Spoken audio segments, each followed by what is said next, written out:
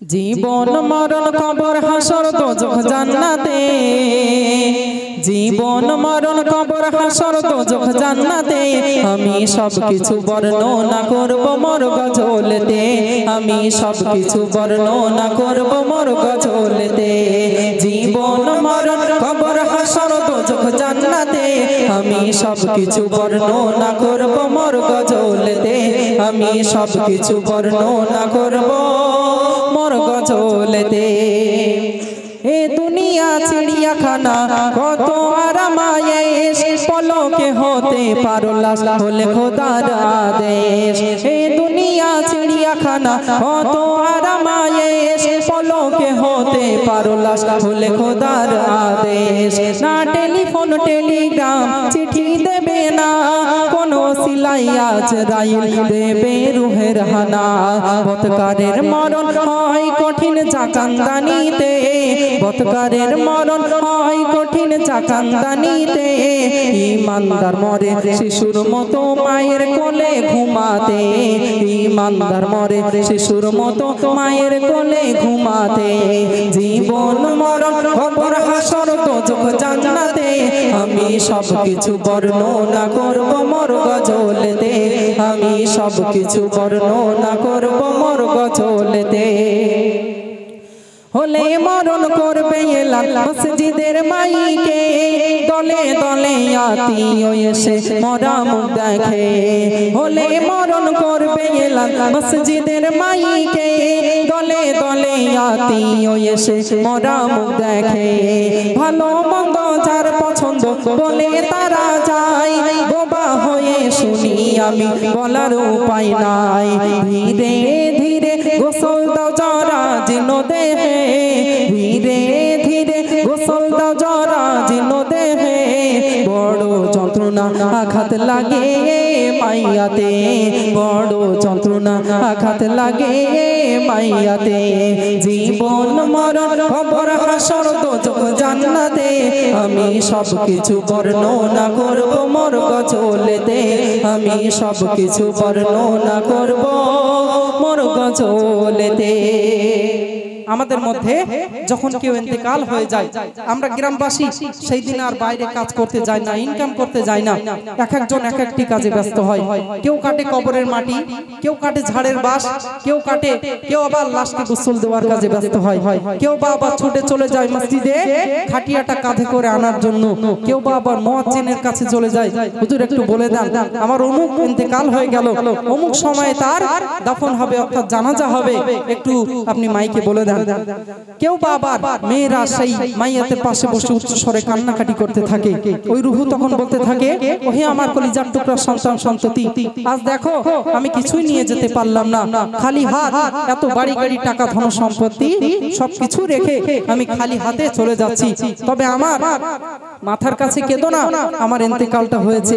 জ্যান্ত জীবের ছালটা ছাড়ালে যতটা কষ্ট হয় তার থেকে অধিক কষ্ট আমি পেয়েছি।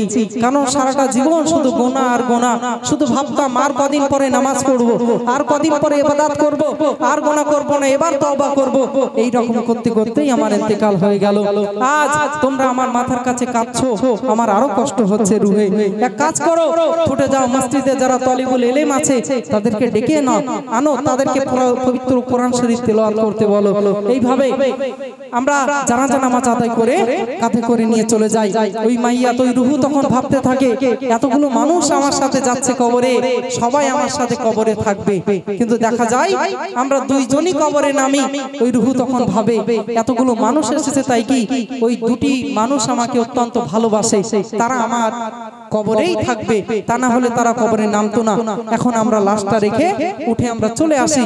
ওই রুহু তখন ভাবতে থাকে, তাই তো আল্লাহ এই দুনিয়ায় কার জন্য কি করলাম, কোন স্ত্রীকে খুশি করার জন্য আব্বা মাকে দুটো ভাত দিলাম না, সর্বদা আব্বা মায়ের কথার অবাধ্য হলাম, বাপ মাকে কষ্ট দিলাম। সেই স্ত্রী তো আজ আমার কাছে নেই, সে তো আমার আপন নয়। কোন সন্তানকে লেখাপড়া শেখানোর জন্য দিনের পর দিন আমি গুনাহ করলাম, শুধু টাকা টাকা টাকা। আমার হজ ফরজ হলো, হজ করলাম না। জাকাত আমার ফরজ হয়েছিল, জাকাত আমি দিলাম না। রোজার মাসে রোজা রাখলে ইনকাম করতে পারবো না, কষ্ট হয়ে যাবে, পানি পিপাসা পাবে, ওই জন্য রোজা রাখলাম না, আমি ইনকাম করতে ছুটে গেলাম, রোজা কাজা করে দিলাম। কেন? কেউ তো আমার আপন না, সবাই আমায় ছেড়ে দূরে দাঁড়িয়ে আছে। আল্লাহ আমাকে একবার ফিরিয়ে দাও, এবার থেকে নামাজ পড়বো, এবার থেকে ইবাদত করব, আর গুনার কাজ করব না। হাজারবার বললেও ও আর ফিরিয়ে দেবে? আর ফিরিয়ে দেবে না। ওই জন্য কবরে যাবার আগে যেন আমরা কবরের পুঁজি সংগ্রহ করি। আপনারা জ্ঞানী মানুষ, বুঝতে পারছেন আশা করছি আমি কি বোঝাতে চাইছি। পরবর্তী ছন্দ শুনুন। কত রাজা প্রজা জানা যাদাই করিবে, কবরে শোয়াই ভাবি দুজন মোর সঙ্গী হবে। কত রাজা প্রজা জানা যাদাই করিবে, কবরে শোয়াই ভাবি দুজন মোর সঙ্গী হবে। মোরে একা ফেলে আসবে চলে নির্জন ঘরে, ভাবি সবই হলো বেকার এই সংসারে। কবর যে কত ভয়ঙ্কর পারবে জানিতে, কবর যে কত ভয়ঙ্কর পারবে জানিতে, কষ্ট যন্ত্রণা পারবি না কাউকে বলিতে, কষ্ট যন্ত্রণা পারবি না কাউকে বলিতে।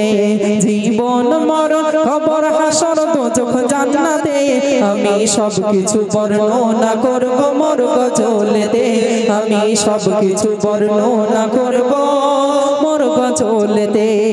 মুনকানেকের সঠিক তুমি না দিলে জবাব, সেই আধার ঘরে দংশন করে ৯৯টি সাপ। মুনকানেকের সঠিক তুমি না দিলে জবাব, সেই আধার ঘরে দংশন করে ৯৯টি সাপ। মাটির নিচে পোকা বিছে চক্ষু কুড়ে খাবে, কালো অগ্নি দহে তোমার বদন ঝলসাবে। হে মেয়ে হান্নান আমলি মান্না নীলে সাথে, হে মেয়ে হান্নান আমলি মান্না নীলে সাথে। আধার গোরের যন্ত্রণা পারবি না সহিতে, আধার গোরের যন্ত্রণা পারবি না সহিতে। জীবন মরণ কবর হাসর দোজখ জান্নাতে, আমি সব কিছু বর্ণনা করব মোর গজলেতে, আমি সব কিছু বর্ণনা করব মোর গজলেতে।